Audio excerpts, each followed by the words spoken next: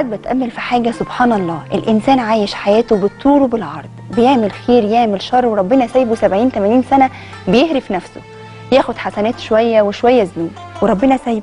إيه العظمة دي؟ تخيلوا لو من نواميس الكون إن اللي يغلط يقف قدام ربنا ويتحاسب لحظيا، أو لو إنك تطلع على حسناتك أو سيئاتك أول بأول. الحرية يا جماعة، ربنا مدينا كامل الحرية، افعل ما تشاء وقت ما تشاء، عايز تغلط اغلط، عايز تعمل صح اعمل، وده رب العالمين وصابر على كل ما نقترفه في حق نفسنا وحق ديننا. اما احنا البشر والعياذ بالله مش صابرين. اسرع حاجه عندنا تحجيم الحريات، وفي اضيق تفاصيل حياتنا. انا ربيتك يبقى تدخل الكليه اللي على مزاجي، انا بجهزك يبقى تختار العفش. دايما نميل في تفسير كلمه انا حره وانا حر ان فيها قله ادب وخروج عن الاصول والقيم والمبادئ، واديت لنفسي الحريه اني اقول عليك قليل الادب واقيمك ويمكن اكفرك، وما اديتكش انت حريتك ابدا انك تعمل اللي انت عايزه براحتك، وفي رب هيحاسبك. دكتور احمد، ازاي حضرتك؟ الحمد لله، يا اهلا بك. اشرح لنا بقى بفلسفه حضرتك الجميله دي، يعني ايه حريه اصلا؟ اكيد ليها معاني ثانيه خالص. هو اولا مفهوم الحريه، الحريه لا تكون حريه الا وفق ضوابط. حلو كده. اهم واخطر هذه الضوابط ان زي ما انت عاوز تكون لا تتعدى حريه اخرين. وبالتالي معظم الناس بقى بيفكر فيها بانانيه، ان انا حر فاجبر اللي قدامي يعمل اللي انا عايزه، وهو مش مدرك ان هو كده بيتعدى على الحريه بتاعتهم، اما بالضرر او بالايذاء. خلينا ناخد جوله كالعاده كده في الكتب السماويه وبعد كده نتكلم بالتفصيل. في الانجيل: وحيث روح الرب هناك حريه، فانكم انما دعيتم للحريه ايها الاخوه، غير انه لا تصيروا او لا تصيروا الحريه فرصه للجسد، بل بالمحبه اخدموا بعضكم بعضا. في القرآن: ولو شاء ربك لآمن من في الأرض كلهم أجمعين. وده كلام لكل الناس، كان بيتكلم، ده كلام كان للنبي وبيكلم بيه كل البشر. ولو شاء ربك لآمن من في الأرض كلهم أجمعين أفأنت تكره الناس حتى يكونوا مؤمنين. وفي آية تانية: ولو شاء الله ما أشركوا وما جعلناك عليهم حفيظا وما أنت عليهم بوكيل. وفي آية ثالثة: وقل الحق من ربكم فمن شاء فليؤمن ومن شاء فليكفر. الإنسان أول ما يتولد الفطرة بتاعته مفطورة على الحرية. عشان كده لو الأب والأم بدأوا ينتهكوا هذا الحق، وده حق من الحقوق المهمة جدا اللي يتعداها بياخد جزاء رهيب في الدنيا قبل الآخرة، بيبدأوا يعلموا الابن يسمع الكلام أو يجبروه على عمل حاجات غصب عنه. دي أول انتهاك للحرية والطفل صغير. يقوم الطفل يبدأ يدافع عن حريته، فيبدأ يقاوم هذا التدخل. نقوم مسميينه بغير أساميه ونسميه بيعاند. ياه والله. أنا هقول لك أهو. وهو في الحقيقة بيدافع عن حريته التي فطره الله عليها. إيه الحرية دي؟ إن أنا لا أتبع إلا الله بس من غير اقتناع، لكن أي كلام جاي من بره اقنعني عشان أعمله، لا تجبرني، أنا حر. يقوم الأهل ينشغلوا بالنتيجة ويجبروا الابن على الوصول للنتيجة، هو مش فاهم فيه إيه، فيبدأ يحاول الحرب عشان يبقى حر. نسميه عند فنقهره أكتر، وإحنا مش واخدين بالنا دي عدم حرية وتعدي للحقوق. في حتة مهمة بقى، إيه هي الحقوق اللي المفروض نكون عارفينها فلا أنا أتعداها على نفسي ولا على غيري؟ من أهم الحقوق دي الحق في الخطأ. الحق في الخطأ. كل إنسان له الحق في أن يخطئ، وله الحق في أن يتحمل خطأه. يعني إيه له الحق أنه يغلط؟ يعني مش لما يغلط أتنرفز، لا، لأن أي إنسان في الدنيا هيعمل حاجة أول مرة لازم هيغلط، ده طبيعي. سواء كانت الحاجة دي بقى عادية أو دينية، لازم يحصل غلط. خدي الحتة النفسية الخطيرة دي: لو لم أشبعه بالخطأ سيريد الاستمتاع بالخطأ لما يكبر، أو ممكن يعيش عليه بقى مدى الحياة. أنا هقول لك فالأب والأم لو ما تعودوش يربوا ابنهم، يسيبوه يغلط بس أخطاء ما تكونش فيها ضرر خطير، ويقع في الخطأ ويتحمل خطأه فيشبع الجانب الخطأ، هتلاقيه بعد كده بقى لما يسمع الكلمة بيروح يطبقها باستمتاع، لأنه عارف إنه لو ما سمعهاش هيحصل إيه؟ ضرر. بس الموازنة بقى إنها فعلا ما تبقاش فيها خطأ جسيم. ما ده زي ما اتفقنا إن أنا دور الأب والأم هو الحماية، إن أنا أمنع أو أحمي ابني من إنه لما يخطئ يبقى الخطأ ضرر كبير. يوم إيه اللي يحصل؟ يبدأ بالفطرة السوية اللي عنده كل ما يعمل خطأ يلاقي ضرر، فيبدأ يحاول هو بنفسه يتجنب هذه الأخطاء، يقوم لوحده من غير تعب ولا وجع دماغ ما يعملش غلط. اللي بيحصل بقى العكس، بيبدأ الأب والأم تحت مسمى الدين، وهذا ليس له علاقة بالدين نهائي، يجبروا الأولاد أو يجبروا نفسهم على فكرة، دي هنتكلم فيها بعد شوية، إنه يبدأ يجبر يجبر يجبر، يقوم إيه اللي يحصل؟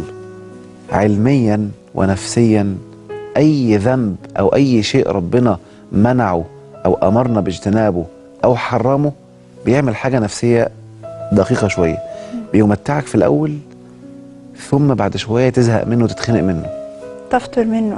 أيوة، تحس بفتور كده ومش مالكش نفس تعمله. ده لو بتعمل الذنب وانت حر. يعني لو الدنيا مفتوحة على البحر كده، هتعمل الذنب هتلاقي نفسك بعد فترة ما عادش ليك نفس تعمله أصلا، وتحس انك ما عادش فيه طعم، فهتدور على الحلو. طيب ايه اللي بيحصل بقى لو حصل منع؟ كابت بقى ايوه، لو الاهل عملوا منع ولا اي حد عمل منع بقوه، ايه اللي يحصل؟ الانسان هيبقى عاوز يستمتع بالحريه، فيشوف ان حريته هي عمل الذنب، فيصبح يستمتع على طول وعمره ما يزهق، لان متعه الحريه دخلت مع متعه الذنب. طب الكلام ده في الامور البسيطه، لكن لو امور بقى معقده، يعني مثلا شاب وعايز مثلا يشرب مخدرات، عايز كذا، دور الاهل ساعتها ايه بقى يعني؟ طيب، هو اولا اي انسان في الدنيا لجأ للمخدر معناها الحريه عنده ضربه من بدري اصلا، معناها بيتكبت من بدري، يعني باظت خلاص من بدري. من بدري. عشان كده في حته طبعا طالما وصل المخدر لازم تكون متخصص يقعد معاه، عشان محتاجه كلام كتير. مش هينفع على الهوا، لان محتاجه على حسب كل حاله، على حسب كل حاله، لان اللي بيلجأ للمخدر عنده حاجتين مضروبين. اول حاجه مش لاقي متعه نظيفه، الدنيا كلها كبت، رولز كبت كبت كبت كبت، فعايز يستمتع فيروح ياخد مخدر.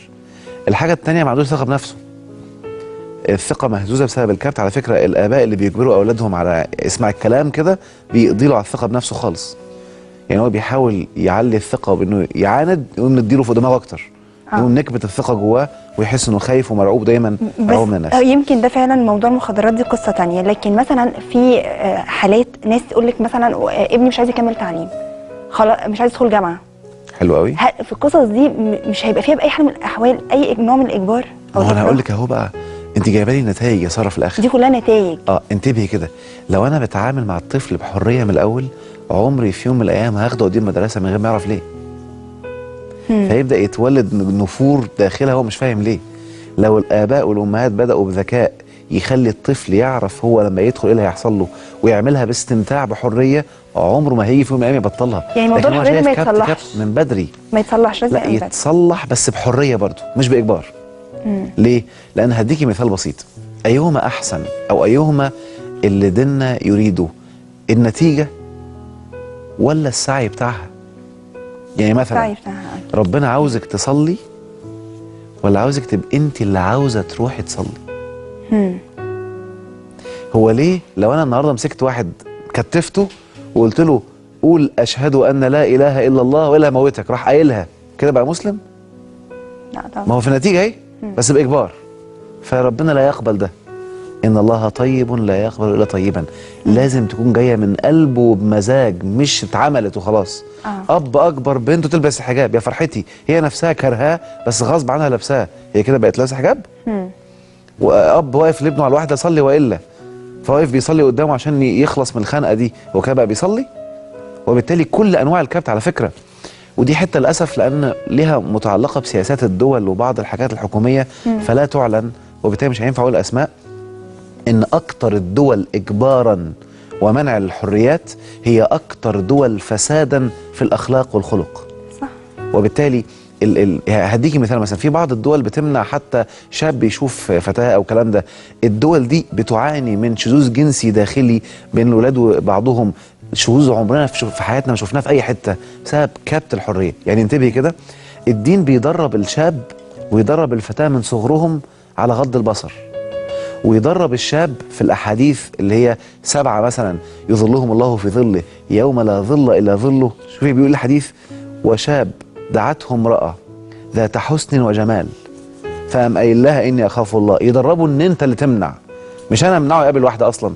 الاب والام اللي بيحاولوا يجبروا بيبدا يشتغل، انا بحب اسميها كده اسمها الحقيقي بيبدا يشتغل اله، بمعنى لازم يتابع، لازم يراقب، لازم يعرف، فبيحصل له لخبطه وضغط نفسي رهيب، لانه لو ما عرفش معلومه يبقى قاعد قلقان. والاله مطلع على كل شيء، فانت عمرك ما هتكون مطلع على كل شيء، وانت خدت دور الاله. يقوم يتعب وعاوز يعرف ويراقب ويعمل، انت خرجت بره اطار حياتك اصلا. تمام، هنطلع فاصل ونكمل. نطلع فاصل ونرجع تاني.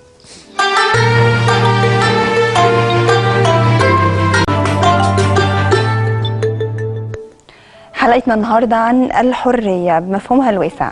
في حته مهمه جدا بقى، عدم فهم مفهوم الحريه. بالمناسبه الموروث الديني عندنا عنده الحريه مصيبه، يعني في ناس بيعتبروا لان هم ما خدوهاش من منظور نفسي صح، ولكن خدوها بالنتيجه السلبيه. هو كابت كابت كابت كابت، فبيلاقي اللي عاوز يبقى حر بيعمل كل الموبقات، قال لك يبقى حريه. لا صح، معروف، هي عرفا معروفه قله ادب. ايوه، من غير ما يفهم ان انت اصلا اللي خليته يبقى مركب الاثنين على بعض. ما هو الانسان المكبوت بيدخل له الشيطان عشان تبقى حر يعمل كذا، يركب له الحريه على الذنب، يقوم يستمتع بالذنب. عشان كده انتبهي، عدم برضو تدبرنا بوعي لبعض الأوامر الدينية لخبط عند الناس الحرية. بمعنى في حديث بيحث ان انا اعلم ابني الصلاة ل7 واضربه عليها ل10. يقوم الناس واخدين الكلمة وضرب، يلا يا ابني كذا كذا، ولا اذا كان ربنا قال لا اكراه في الدين. يا جماعة انتبهوا، ما ينفعش اخد حديث كده لوحده واقوم ناسف بيه ايات تانية، لازم يكون احطه. يعني عشان كده علماء الفقه بيعملوا ايه؟ بيسموه يعني التوازن ما بين الأدلة أو الجمع بين الأدلة. بمعنى يجيب كل الآيات اللي بتتكلم عن موضوع معين عشان يرى المنظور الإيجابي بفقه، يتبين، ياخد زاوية من هنا، زاوية من هنا، زاوية من هنا، زاوية من هنا، يقوم يدرك الصورة الكاملة، الحكم صحيح أو أقرب للصحة.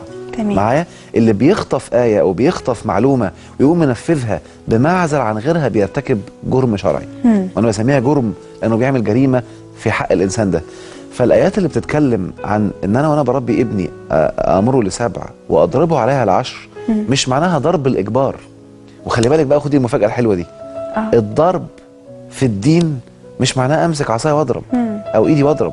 في حاجة اسمها وكز، في حاجة اسمها لطم، ده دي مسميات. لكن ضرب في الدين هنعرفه ازاي؟ ربنا بيقول واذا ضربتم في الارض، يعني مسكتوا عصايه قعدوا تضربوا فيها يعني؟ لا طبعا.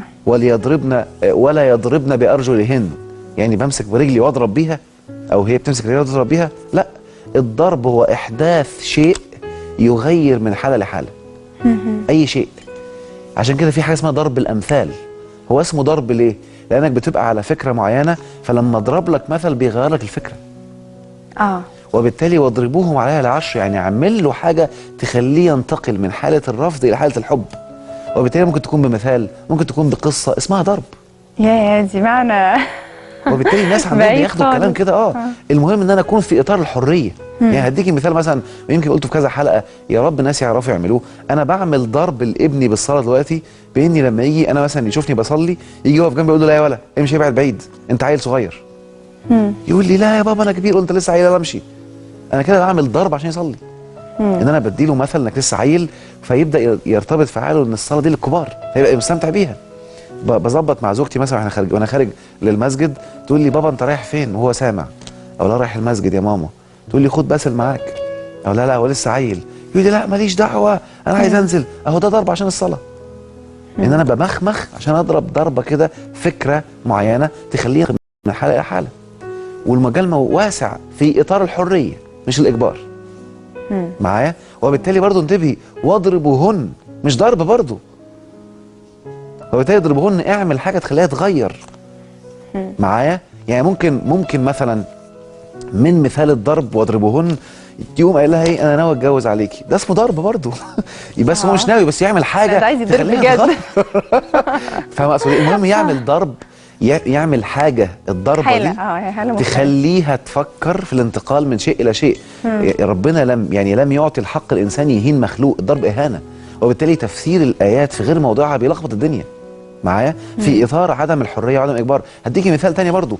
بعض الناس اللي، وهكرر الكلمه، دخلاء على الدين من غير وعي، يقول لك هي وتعمل كده، يقول لك امر بمعروف ونهي عن منكر. يا عم افهم الاول المعنى قبل ما تتكلم. امر بمعروف في اطار عدم الاجبار، ونهي عن منكر في اطار عدم الاجبار. مره واحد بيقول لي لابد ان انهى عن المنكر، قلت له لو سمحت هو يعني ايه منكر؟ راح متلخبط. قلت له رايح تنهى على حاجه ما تعرفهاش؟ يبقى روح دور في القران يعني ايه منكر عشان هتذهل لما تعرف المعنى، وانا مش هقوله عشان يدوروا. لان معظم اللي انت مفكره منكر مش منكر، ومعظم اللي انت بتعمله هو منكر في القران. وبالتالي اذا عاوز تنهى عن المنكر وقف المنكر الاول، ومش هقول لك فكر دور مش هنقول وطلع ايه المنكر المنكر عشان تعرف معناه ايه. وبالتالي مفيش حاجه اسمها اخد مثلا ايه كده واقوم نازل منفذها باجبار واقول انا بعمل الدين، لا. لان يعني هديكي مثال بسيط ويمكن تبقى غريبه شويه عن الناس، وانا اسف اذا كان رايي ده صادم، ولكن هو ده الكلام اللي من وجهه نظري قد تعتبره غلط، قد يطلع غلط، بس انا مقتنع بيه بصراحه. فانا هقوله واللي مش عاجبه ما يزعلش مني يعني. في المجتمعات في حاجه اسمها منحنى اعتدالي. يعني ايه؟ في ناس ايجابيين جدا، وفي ناس وسط، وفي ناس سلبيين جدا. اي مجتمع فيه كده. سؤال مهم، الصح ان انا اجبر السلبيين ما يعملوش سلبيات؟ هيدمروا لي اللي في النص. هو لازم ينطلق. الدول الذكيه بتعمل ايه؟ تقوم فاتحه مكان للسلبيين مقنن، اوعى تطلع بره، خش بوظ ولخبط الدنيا، انت بايظ خلقه، اخفى بره هنا بوظ زي ما انت عايز. وتقنن هذا التبويظ وهذه اللخبطه. حلو كده؟ يقوم لما الانسان السلبي يلاقي فرصه للخبطه بيفضل كانن فيها ومخفي عن العالم. يقوم الحكومه تشتغل بذكاء على ان تخلي الناس كلها هي اللي تنفر من هذا السوء ده. يقوم يحصل النفور تلقائي تدريجي خطوه خطوه. يقوم يبدا الشخص السيء يلاقي المجتمع كله بقى ايجابي، يخاف يظهر قدامهم فيفضل مخفي. وده الذكاء في التعامل معايا. ايا كان بقى الشيء السلبي ده ايه، حطي كل المسميات السلبيه. الدول اللي بتقنن السلبيات بذكاء، والحكومات التي تقنن السلبيات بذكاء بتعملها بذكاء. اللي مش فاهم عمق الدين بقى لا ازاي امنع، انا مش فاهم. مش عارف نفسيات الناس، مش عارف ان مهما عملت في ناس تفضل طول حياتها اشرار، طول حياتها سلبيين. وبالتالي لما اكون مدرك المعنى العميق ده فاترك الحريه بذكاء، واخلي الفاسد ده حر بس تعالى مقنن. يقوم ايه اللي يحصل؟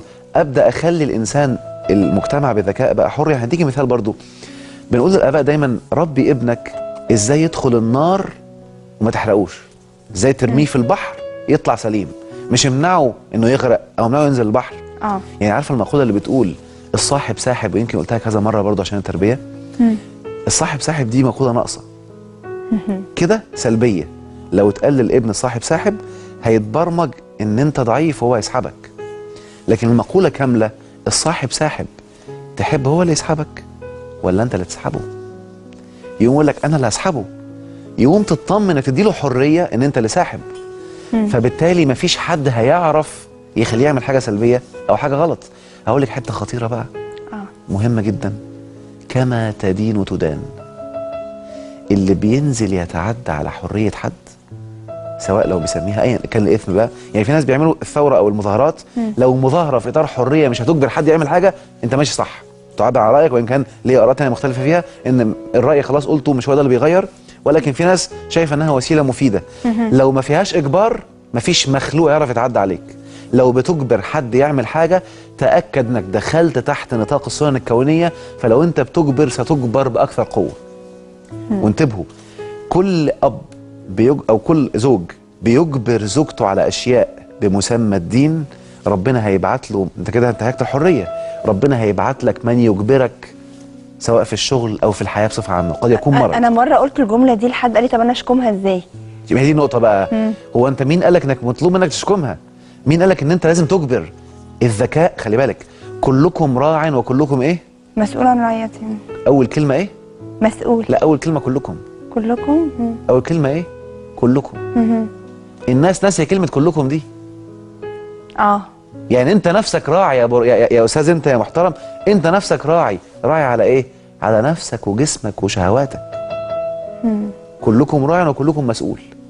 اللي بيحصل بقى ان انت بتبص على اللي فوق وتنزل تجبره، ما انت نفسك مسؤول، وانت نفسك كلكم من ضمن كلكم. فانت مطالب على نفسك، عليكم انفسكم، ما بتعملهاش وراح تغير بره. فاللي بيحصل الذكاء بقى للزوج. امال القوامه منين بقى؟ يعني ليه؟ ما هي دي دايما ربنا بينها في القرآن، القوامه مش اجبار على فكره. ما هي دايما دي الحجه اللي الكل بيتكلم لا لا فيها. ربنا وضحها في ايه: الرجال قوامون على النساء بما انفقوا. ايوه انتبهي كده، وهقول لك حته بقى معلش سريعا كده ممكن هتعمل قلق شويه. الرجال مش الذكور. يا ربي لا بقى لا بقى مش هوافقك بقى. انتبهي انتبهي لو ربنا قال الذكور قوامون على الاناث يبقى اي ذكر قوام على الانثى. ربنا قال الرجال، في ستات رجاله، وطبعا الموضوع ده عشان كده قلت هيعمل قلق، نتكلم فيه بعدين. فاهم اقصد ايه؟ وبالتالي النقطه الخطيره في الحته دي ان حتى القوامه ملوش سلطه على الاجبار. انت عندك قوامه او انت شايفه نفسك عاوز تربي بذكاء، خلي الشخص يعمل وانت عارف انه حر. اللي بيحصل ايه بقى؟ التدخيل بقى الحمايه الجاهليه. لا هو انا هبقى مركب اريال وانا هبقى ما اعرفش مين؟ هو انت عشان الحمايه الجاهليه والكبر ده هتعمل حاجه حرام في الدين؟ هتعمل حاجه ملهاش علاقه بالدين؟ ربنا منعها، وربنا قال لا اكراه. ربنا قال وذكر انما انت مذكر لست عليهم بمسيطر. يبقى انت بتعبد الهوى بقى. وبالتالي ذكاء الاب وذكاء الام بحنكه يخلي الابن هو اللي يحب يعمل. طب وهو يعني عارف مفيش اوامر خالص في يعني حضرتك بقى مش عارفه حضرتك يعني شايفها صح ولا مش موجوده ولا دي من الموروثات ولا ايه؟ ان مثلا الزوج لا لازم الست تستاذن الزوج قبل ما تنزل. لا الحاجات دي ايه ده امر ديني. انتبهي كده، الدين هو اللي امر الزوجه، الزوج ملوش دعوه، ربنا اللي بيحاسب. يعني لو زوجتي النهارده خرجت من غير اذني هقول لها انتبهي ربنا هيحاسبك انك عملتي كده. ايوه طب ما هو بامكانه يقول لها او لا. لا انتبهي يبقى كده نفذ كلامه. وده اللي بتكلم فيه بقى. انا دلوقتي دوري كزوج زوج دي كزوج اذكر زوجتي ان انت كده بتنتهكي امر شرعي. حلو كده؟ وبالتالي لما انا اعمل كده وهي بره، نفترض انها اوحت بقى وراحت خارجه، ضميرها هيبدا يشتغل. يعني ايه بقى اوحت وخارجه؟ معناه ان هو حق ليه ان هو يقول او لا. يعني ايه او لا؟ مش فاهم. يعني كده يعني انا عايزه اخرج، لا مش الزوج اللي بيمنع. انا بتكلم على الزوج اللي بيمنع. منع. انا بتكلم على الزوج اللي بيمنع ولا ما انتيش خارجه ولا ما اعرفش مين. نفترض انت منعت وبدات تجبر وتقول لا والدين مدين الحق. ايه اللي هيحصل؟ هيتولد جواها رغبه رهيبه جدا للخروج، صح كده؟ وبعدين لما تقوم خارجه ايه اللي هيحصل؟ هتحس بالاستمتاع والحريه وهتحس انها كسرت هذا الحد. ده تفسير حلو، لكن ليه بقى اصلا يعني لو حاجه مش سليمه دينيا ازاي بقى في امر اصلا او اوبشن للزوج متاح ان انت توافق او ترفض؟ مش ده ضد الحريات؟ مش فاهم قصدك. يعني احنا دلوقتي بنقول ان الدين اساس فيه الحريه وان مفيش حد له حكم على حد. كويس تمام. حلو. طب ما ده اصلا في الدين ان ليه حكم الزوج ليه حكم على زوجته. الدين قال لا تمنع. ان قال له انها توافق انها تروح او ما تروحش. لا ما قالش يمنع. امال ليه؟ قال تعرفه. لا ما قالش يمنع. انتبهي ركزي معايا كده. الرب الاسره المفروض يكون عارف الناس رايحه فين، لان بحسب دوره. فالدين قال لها تعرف مش يمنع. لا طبعا مفيش نص دين واحد بيقول لك امنع. يعني مش من حقه ان هو يوافق او يرفض. ما دي النقطه المهمه جدا بقى. النقطه المهمه ان انا نفترض انا زوج النهارده ولقيت ان خروجه زوجتي دي بالنسبه لي هتضايقني او فيها مشكله، فانا اوضح بهدوء المنع هيولد غضب، هيولد سلوك سلبي اصلا غلط. المنع مفيش. بصي الدين كله بصفه عامه لا يوجد فيه اكراه. ليه؟ ربنا مش باسم الدين خلى حد واصي على حد. وبالتالي لو انا قدرت الدنيا، يعني هديكي مثال، انا ممكن اخلي زوجتي دلوقتي حالا حاجه هي بتحبها وعايز تعملها بذكاء ما تعملها وهي مستمتعه وبتحبني. يعني لكن بقى مش هتكب تغضبي ربنا لا مش الكلام ده غلط على فكره. ده اسمه استغلال الدين لاستخدام الاهواء. يعني انتبه كده، زوجتك النهارده خرجت من وانتهكت امر ديني، متنرفز انت ليه؟ معلش يعني لو انت اللي اتنرفزت. انا الفكره كلها خرجت وانتهكت امر ديني، هي كده انتهكت. انا بدي مثال. انت دلوقتي شايف ان ده انتهاك امر ديني، متنرفز ليه؟ يعني نفترض ان انت من اللي بيتبع ان ده امر ديني. يعني في ناس تقول لك ايه ده تخرج من بيت ابوها على بيت جوزها، من بيت جوزها على القبر. في ناس كده كده. انا ساعات بشوف حالات كده. انت بقى من الناس اللي شايفين ان ده امر ديني وانك من حقك او انها حرام عليها تخرج. طب يا سيدي هو امر ديني وهي عملت حاجه حرام، متنرفز ليه؟ لو انت اتنرفزت يبقى انت واخده هوا بقى، بتطوع الدين بمزاجك. معايا؟ طب الدين برضو قال لك رفقا بالقوارير، خليك ذكي وتعامل معاه صح. وبالتالي اللي انا اقصده بقى ان انا احاول احافظ على الحريه بمنتهى السهوله والذكاء لكي ادعو الناس او احاول الناس تعرف، ودوري ادعو مش دوري اجبر على النتيجه. تمام، شكرا جدا دكتور احمد. ان شاء الله نشوفكم الحلقه الجايه، الحلقه الاخيره، حلقه عن الصبر. ان شاء الله نشوفكم الحلقه الجايه مع بعض.